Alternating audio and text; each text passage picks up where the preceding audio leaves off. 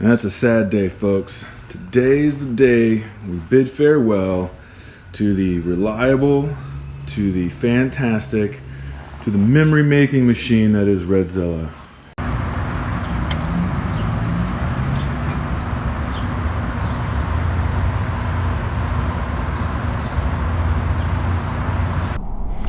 Hey everyone, this is Rob from Intended Consequences. On this episode of Pursue the Ride, I'm going to introduce you to my brand new motorcycle. So hit the graphic.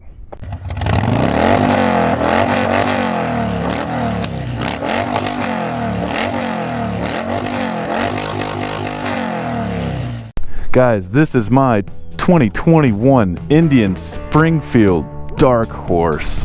Oh snap. Sadly, Redzilla is gone. Was it that we hated Redzilla?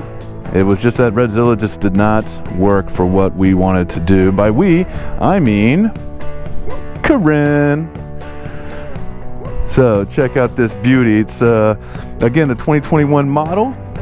It is the Sagebrush Smoke blacked out color with the 116 cubic inch Haas of an engine. The Thunderstroke engine is the big time Indian engine in their models. It's got some features we're going to talk about. We're going to talk about some other things about this bike. I'm going to tell you why I settled on this one with all the other bikes in the world, and just kind of give you a quick rundown of all that stuff, and we'll wrap it up quick. But again, this is it. This is Gale. The kids named it, so Gale it is. Let's get on the road.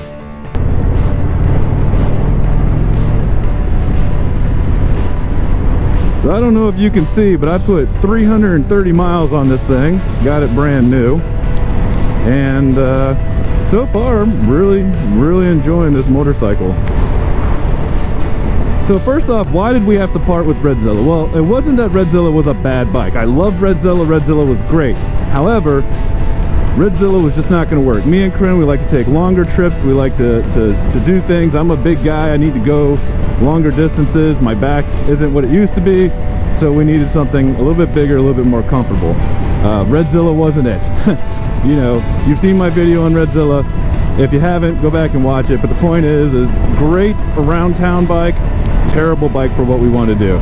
So we had to part with Redzilla, and it hurt my heart. I did not enjoy losing my motorcycle, but I think we got a really good one, and the Springfield right here. So why the Indian Springfield? Well, I was interested in just a bigger version of a Sportster, which is either like a Road King for Harley Davidson or the Springfield for Indian.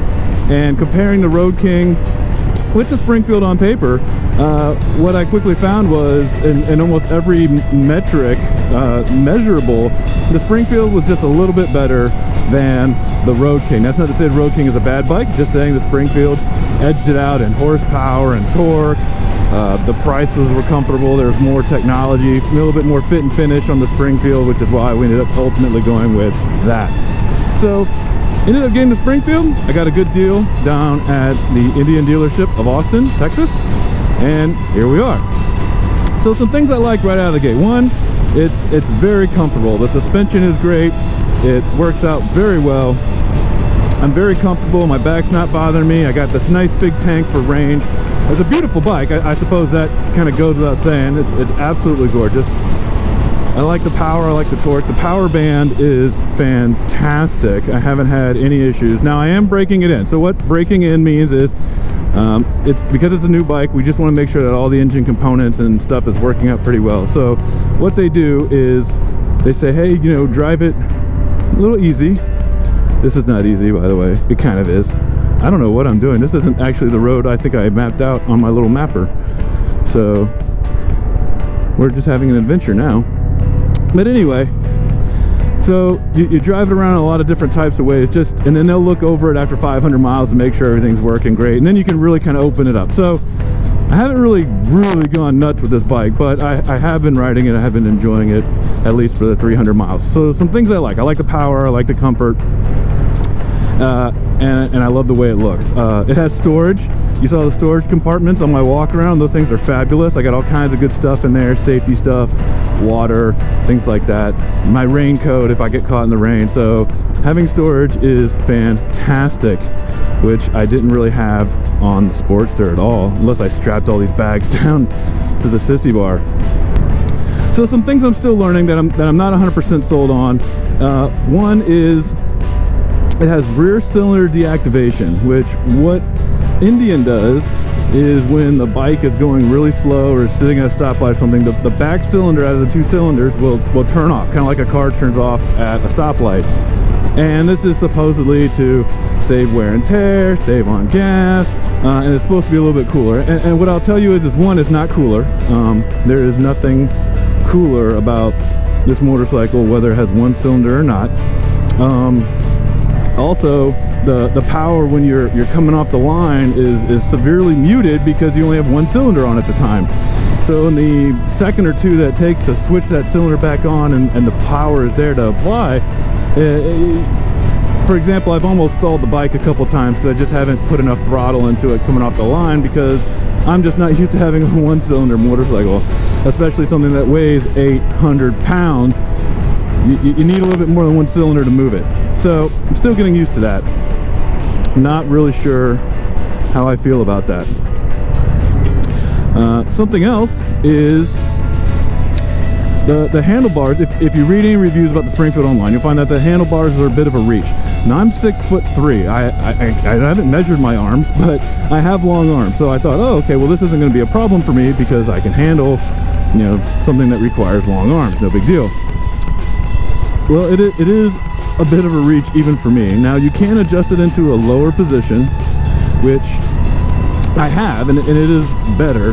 But absolutely, if you're looking into this motorcycle and you're wondering about how the handlebars are and how the reach is going to be, you should probably prep for let me get through this turn. You should probably prep for needing to have the low handlebars lowered.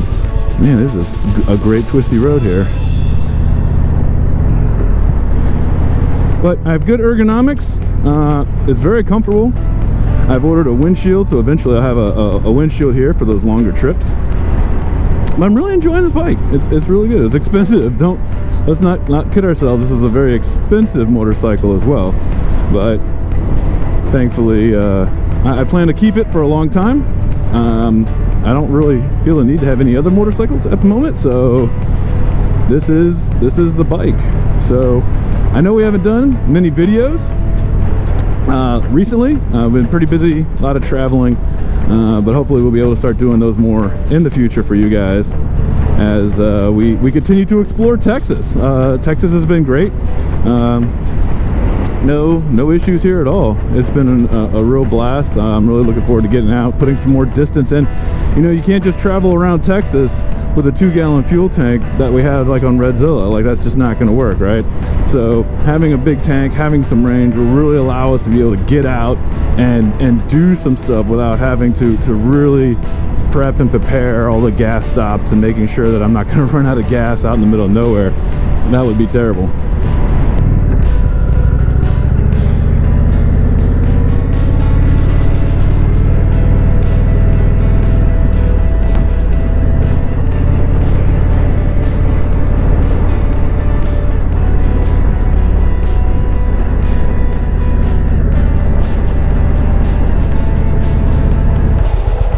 Using my ergos, pretty good, pretty comfortable, like I said.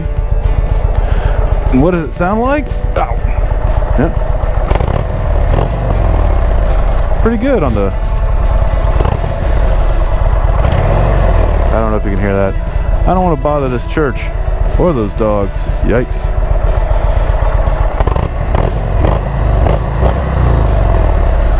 All right, what do you say we take it home?